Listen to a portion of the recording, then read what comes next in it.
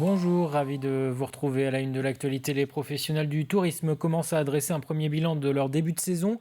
Après 2 week-ends prolongés, ceux de l'Ascension et de la Pentecôte, mais aussi après la levée d'une partie des restrictions sanitaires. Si la météo n'est pas toujours au beau fixe, la fréquentation, elle, est parfois importante. C'est le cas dans le Marais Poitevin, où les balades en barque connaissent un succès depuis leur reprise il y a une dizaine de jours. Reportage Alexia Janet. À tout à l'heure. Malgré un mois de retard, la saison démarre sur les chapeaux de roue pour ces bateliers. Depuis sa réouverture le 13 mai, cet embarcadère voit les touristes défiler.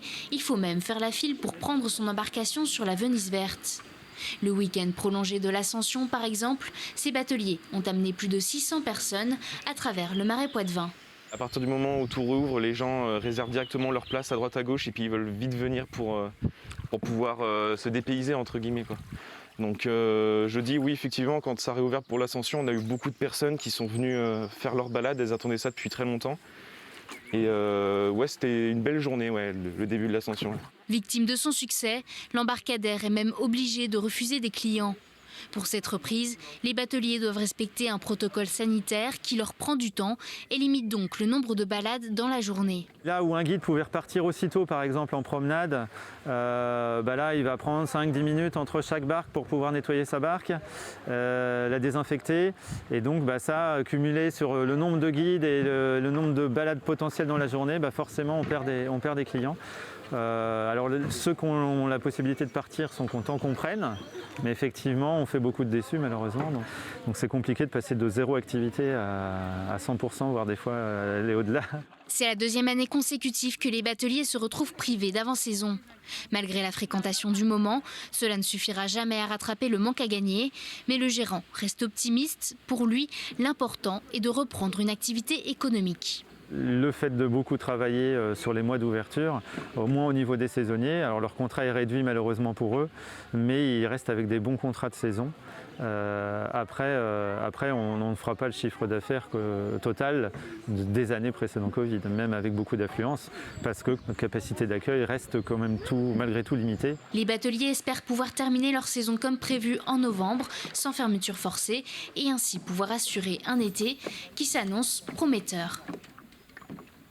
L'actualité, c'est aussi cette inquiétude de la part d'une partie des enseignants concernant le bac 2021. L'épreuve de philosophie et le grand oral sont maintenus pour les terminales, tout comme les épreuves anticipées de français pour les élèves de première. Pour le collectif Les Citrons Pressés, qui regroupe des professeurs de plusieurs lycées vendéens, les conditions ne sont pas réunies pour faire passer ces examens de manière sereine. Les nouveaux programmes de français sont extrêmement lourds et nous avons manqué de temps pour les préparer correctement. Nous avons en plus pu assister à des conditions très angoissantes de scolarité pour nos élèves, avec des conditions de préparation très inégales d'une famille à l'autre, d'une école à l'autre, d'un collège à l'autre, d'un lycée à l'autre. Et nous ne comprenons pas pourquoi ces examens sont maintenus et pourquoi les épreuves de français sont maintenues alors que beaucoup d'autres épreuves ont été annulées. Et le collectif demande d'évaluer les élèves en contrôle continu. Évoquons à présent le Vendée Globe. Yannick Bestaven a désormais ses empreintes sur le remblai des Sables d'Olonne. Une tradition pour chaque vainqueur du Vendée Globe. Une plaque avec le moulage de ses mains a été inaugurée. Yannick Bestaven rejoint donc sur le Walk of Fame Sablé, Michel Desjoyaux, Vincent Rioux ou encore François Gabard. Écoutez le skipper de Maître Coq.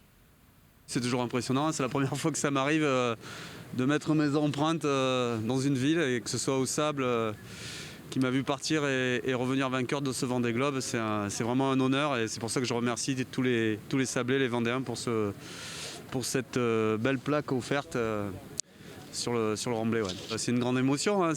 Dans la vie d'un homme c'est quand même rare de pouvoir vivre ça, donc c'est sûr de savoir que cette plaque elle va être là pour l'éternité, comme il a dit. On ne se rend pas compte, mais bon, ça me fait plaisir et c'est vraiment un honneur pour moi. Merci à tout le monde. Hein. La cérémonie de remise des prix s'est ensuite tenue au centre des congrès des Atlantes. À huis clos, 31 des 33 skippers étaient présents. Un trophée a été remis à Yannick Bestaven, mais aussi au second de cette édition, Charlie Dalin, qui, rappelons-le, avait été le premier à franchir la ligne d'arrivée.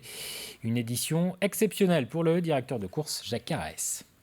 Il y a plein de bons souvenirs. Je crois qu'on retient surtout la positivité de cette course. Hein. C'est ça qu'il faut surtout retenir. Elle a été très belle. Tout le monde est revenu à la maison. Et ça aussi, c'est le côté très important, c'est le côté sécuritaire de la course. Et puis chacun a écrit sa course à sa façon, avec des envolées de joie, mais aussi des pleurs pour certains, des échecs aussi dus aux abandons qui sont forcément le lot de cette course-là. Tout le monde ne boucle pas, mais je trouve qu'on a une chance quand même incroyable d'avoir autant de pourcentage d'arrivées, ce qui n'était jamais fait. Donc ça restera de toute façon une course unique en soi et une édition exceptionnelle. Et notez qu'une autre cérémonie ouverte cette fois au public, si les conditions sanitaires le permettent, est annoncée pour le 25 septembre. Enfin, pour terminer, focus sur cette initiative. Ces derniers mois, les élèves d'une école de Mouzeuil-Saint-Martin ont été invités à s'exprimer sur la crise sanitaire. Au fil des pages, les enfants apportent leur témoignage sur la manière dont ils vivent cette période particulière. Un projet porté par l'équipe enseignante et par l'association des parents d'élèves. Explication, Marie-Aimée Copleutre. Après plusieurs mois de travail, 207 livres ont été remis aux parents d'élèves et aux habitants de Mouzeuil-Saint-Martin. Dans ce livre de 72 pages, on trouve des photos, des images et des mots d'élèves sur la Covid-19. L'objectif, faire parler les enfants sur la pandémie.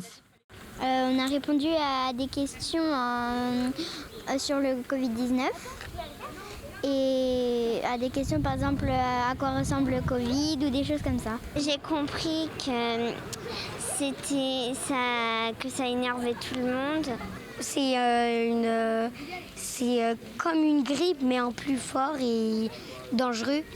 C'est l'association des parents d'élèves qui a mis en place ce projet. Séduit par l'idée, l'équipe pédagogique a aménagé des heures de classe pour faire travailler collectivement les 105 élèves de l'école, de la petite section au CM2. Ça permet déjà de s'exprimer librement sur leurs ressentis, sur leurs émotions. Et sur une situation qui n'est pas forcément facile pour eux à vivre, mais pour laquelle ils ont fait preuve quand même de beaucoup de patience et d'adaptation. Le projet s'est mis en place très simplement parce que les enfants étaient déjà très investis dans tout ce qui était respect du protocole sanitaire. Ça s'est très très bien passé d'ailleurs la mise en place. À 13,50 € le livre, l'argent récolté permettra de financer les sorties et voyages. En effet, depuis 2 ans, l'association des parents d'élèves n'a pas pu organiser d'événements. L'initiative du livre est unique en Vendée. Pour valoriser l'action de toute l'école, 2 exemplaires seront transmis à Jean-Michel Blanquer et Emmanuel Macron.